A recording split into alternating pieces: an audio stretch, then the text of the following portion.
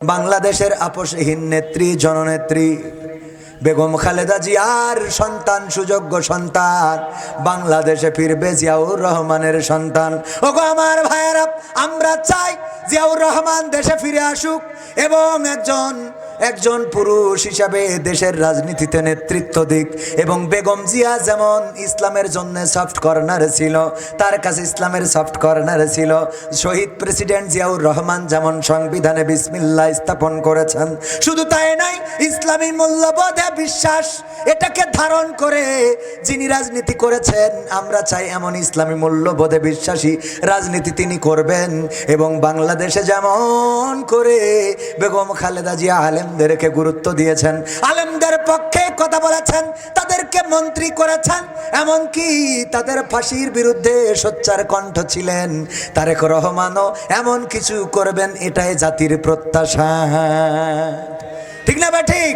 কিন্তু প্রথম আলু চাই অন্য। প্রথম আলু বলিয়েছে যে সে তারেক রহমান দেশে এসে যেন সবাইকে নিয়ে একসাথে চলে এবং যেন মিডিয়ার ব্যাপারে সচেতন থাকে। তার মানে যেন প্রথম আলু সেদ্ধ না করা হয়, যেন এইগুলোতে একটু খেয়াল রাখা হয়। ঠিক না বা ঠিক? করে আমার মুগ্ধ আবু সাইদ, আমার শান্ত, তাদের রক্ত, ওসমান হাদির রক্তর মূল্যায়ন করে বাংলাদেশে রাজনীতি করবে, এটাই প্রত্যাশা এবং এটাই আমরা তার কাছে প্রত্যাশা করি। বলেন ঠিক না বে ঠিক? এরপরে হুজুর হাদির জন্য দোয়া করাই, চুকনগর ইমামের চাকরি চলে গেল, এই বিষয়ে কিছু বলবেন? আমার ভাইরা, আমার হাদি ভাইয়ের জন্য দোয়া করলে যদি চাকরি চলে যায়, ওখানে চাকরি করার দরকার নাই, রিজিকের মালিক কি?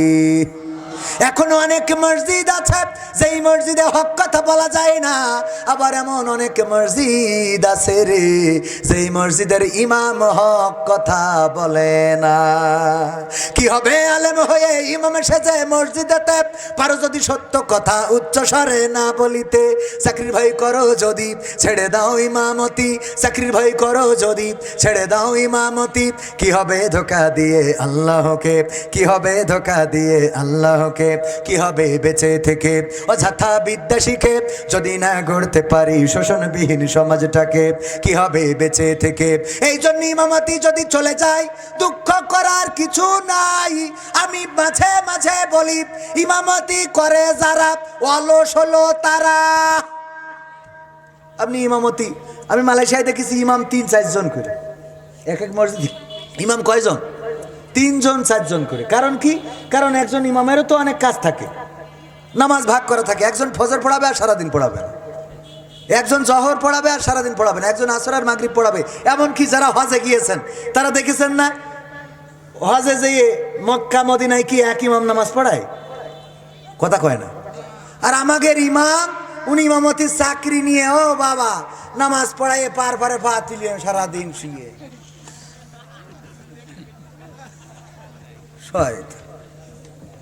ইমাম সাহেব থাকবে কর্মঠ, অন্য কাজে ব্যস্ত থাকতে হবে। এক ইমামতি ওই চাকরি নিয়েছে 5,000 টাকা বেতন, ওই খায় পায়, এইগুলো করা যাবে? ইমাম কর্মঠ হইতে হবে। মসজিদে আপনি ইমামতির চাকরি একা করবেন কেন? আপনি বলবেন ইমাম 3 জন মিলে থাকবো, বেতন দিতে হবে 10,000 করে। গ্রামে মসজিদ টাকা নেই, ওর বাড়ি এলইডি চলে, ওর ওয়াইফাই বিল চলে, ওর ডিশ অ্যান্টিনা চলে, মেয়ের টিকটক চলে, বোর লাইভ চলে, ও খালি মসজিদের ইমামের বেতন চালাইতে পারে না। কথা কয় না? এই ফকরেমি কাজ ইমামদের করার দরকার নেই। আপনি আসেন, আমরা একসাথে গলা ধরি ওয়াজ করি, খাবো, তাও ভালো।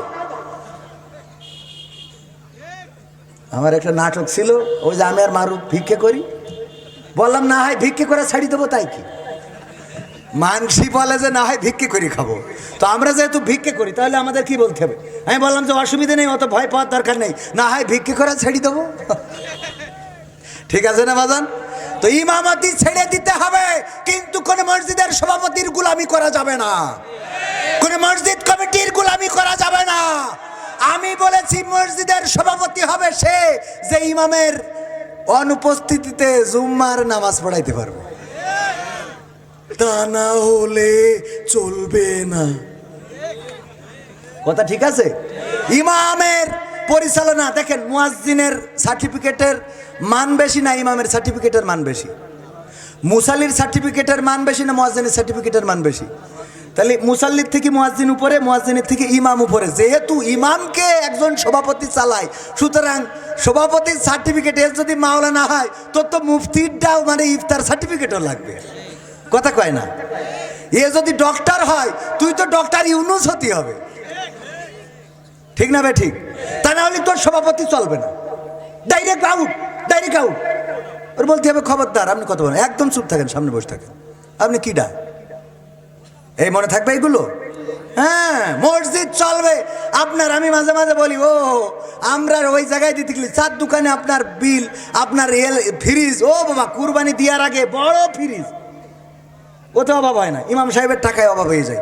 ইমামরাও মাথায় নিতে হবে, কোনো কমিটির গোলামি করে কোনো ইমামতি হবে না। ইমামতি ছেড়ে দিয়ে আপনি রিক্সা চালান, আপনি ইজি বাইক চালান। আমার রাসূল ইহুদির কূপের পানি তুলে রিজিক অন্বেষণ করেছেন। আল্লাহর নবীরা জুতা সেলাই পর্যন্ত করেছেন, দর্জি ছিলেন, কামার ছিলেন, হাতুল দিয়ে বাড়ায় বাড়ায় দাউদ আলাইহিস সালাম দা ছুরি কাঁচি বানাইতো। তো তুমি কি দাউদের থেকে বেশি ইয়ে হয়ে গেছো? কথা কয় না। আমাদের কিছু লেখাপড়া কইলে শিক্ষিত মূর্খ হয়। লেখাপড়া করেছে বিয়ে পাস, তাই ও আর দোকান চালাইতে পারবে না, ও আর রিক্সা চালাইতে পারবে না, ও আর মাঠে কাজ করতে পারবে না। ও কি করবে? ও বেকার বসে থাকবে, ঘুরি বেড়াবে, গাঞ্জা টানবে আর বলবে আমি টাইটেল পাস। এরকম আছে না নাই? অথচ কাজ করলে রিজিক বাড়িয়ে দিবেন কে? আকিজ সাহেব একটা কথা বলতেন, যদি তুমি চাকরি করো তাহলে খেতে পারবা, আর যদি তুমি ব্যবসা করো তাহলে খাওয়াতে পারবা। যদি তুমি চাকরি করো তাহলে খেতে পারবা, আর যদি তুমি ব্যবসা করো খাওয়াতে পারবা। আলহামদুলিল্লাহ, আমি তো ছোট মানুষ, তারপরেও আমি 30 জন আমার ব্যাংক, মাদ্রাসা, আমার ঠিকানার বাজার, গাড়ি, মাহফিল সব কিছু মিলাই কমপক্ষে 30 জনের আমি বেতন চালাই। আলহামদুলিল্লাহ, আল্লাহ শুক্রিয়া। আমার 30 জন আছেন, 30 জন কমপক্ষে স্টাফ, 30টা ফ্যামিলি চলে। এখানে আমার সাথে যারা এসেছে, রকি, আলামিন আছে না, ওরা সব আমার স্টাফ। আমার একটা এজেন্ট ব্যাংক আছে, সেখানে ওরা জব করে। আলামিন সাহেব আমার মাদ্রাসায় চাকরি করে। আলহামদুলিল্লাহ। আপনি কাজ করেন না, প্রশস্ত হয়ে যাবে রিজিকের রাস্তা, বলেন আলহামদুলিল্লাহ। এই জন্য কাজ করতে হবে, ইমাম সাহেবরা উদ্যোক্তা হইতে হবে। আপনি গুড় বিক্রি করেন, এখন খেজুর গাছের গুড়, যশোরের গুড় কত চাহিদা, আপনি এই খালি বলবেন যে খালি নেন খাঁটি গুড়, আপনি দিয়ে দেখেন, দিয়ে পারবেন না। এই ঠিক বলছি না? ঠিক বলছি। আপনার হাতে অপশন আছে, আপনি নিয়মতি করে খাতে হবে কেন? বরং যেই মা যে বলবে যে চলি যাও, ওর পরে ছেড়ে দিতে হবে। দেখা যাবে যে জানাতার দিন যেইতে রুকু করবে না সিজদা করবে খুঁজে পাচ্ছেন, ঠিক না ঠিক? ওর নামাজ পড়াতে দিলি ও প্রথমে ওই সেই এর মতো। একবার একজন বড় জুব্বা পরিতে বাজারে গেলি মাগরিবের ওয়াক্ত হয়ে গেছে, ইমাম সাহেব ছুটিতে, এখন নামাজ পড়ানোর কেউ নেই। তো বলছে, ভাই আপনার তো পাঞ্জাবি পরা, দাড়িও তো আছে মুখী, ভাই একটু আসেন, একটু মাগরিবের নামাজটা পড়াই দেন। বলছে, ভাই আমি পারি না ভাই। তো না না, আপনি পারেন, আপনি কত বড় পাঞ্জাবি আপনার, এত সুন্দর, আসেন ভাই একটু নামাজ। বলছে, ভাই আমার দিয়ে হইবেন না আপনার। বলছে, না আপনি আসেন ভাই, আপনি না করেন না মাগরিবের নামাজ, তো আমরা জহর আর আসর পড়াই ফেলেছি, জহর আর আসর তো অসুবিধা নেই, কিন্তু মাগরিবে একটু সমস্যা আছে, ভাই আসেন। জোর করে নিয়ে যে দাঁড় করাই দিয়েছে। নামাজে প্রথম রাখাতে সূরা ফাতিহার সাথে সূরা ইখলাস পড়ি, সিজদা যেয়ে চিন্তা করছে, আল্লাহ যা ছিল সব অর্জন তো প্রথম রাখাতে শেষ, এখন করব কি? তো আস্তে করি মাথা তুলে তো দেখে মসজিদ, তখন তো এত উন্নত মসজিদ না, ওই যে বেড়া ঘিরা ছিল, তো এক পাশে একটু ফাঁকা মাকা আছে, ও উঠেও অমনে বেরোয় চলে গেছে। তো এরা তো সিজদায় চিন্তা করছে, ওরে বাবা বাজারতে ধরে আনিছি, এ তো মনে হচ্ছে যে একেবারে খাজা বাবা, এক সিজদায় তো পুলসিরাত পার করে দেবে। তো কিন্তু কিছু তো ওই যে আমাদের ইয়াং ফুলাপান আছে না টিকটক, তো ওরা চিন্তা করছে হুজুর তো সিজদায় ফেলেই রাখলো, এ তো বেকায়দা, দেখি কি করতিস হুজুর। উঠে দেখে যে কই হুজুরই তো নেই। আচ্ছা হুজুর নেই, সিজদায় পড়ে আসিস। তো সবাই উঠে বলছে, হুজুর কনে গেল? বলছে, কনে গেল সে পরে হেবেন, আগে যার সেই নামাজটা পড়। নামাজ পড়িয়ে খুঁজ দিকে যাই, দেখে মাছের বাজারে ভাই মাছ কিনতেছে। বলছে, ভাই আপনি কি করলেন? বলছে, কি করলাম? তো বলছে, আপনি নামাজে ওই যে কী করলেন এটা? তো বলছে, আমি কতবার করি বললাম আমি পারি না। আপনারা তো শুনলেন, আপনারাই তো জোর করি দাঁড় করে দিলেন। তা বলছে, পারেন না, ভালো কথা, তাই এত বড় জুব্বা গায়ে কেন? তা বলছে, ওইটা তো প্রথমে জিজ্ঞেস করলে তো আমি বলতে পারতাম। আমার ভাই হইলো বক্তা কবির বিন সামাদ, আর আমি তার ছোট ভাই, বিদেশে থাকি। আমি বাড়ি এই শীতে বাজার করবো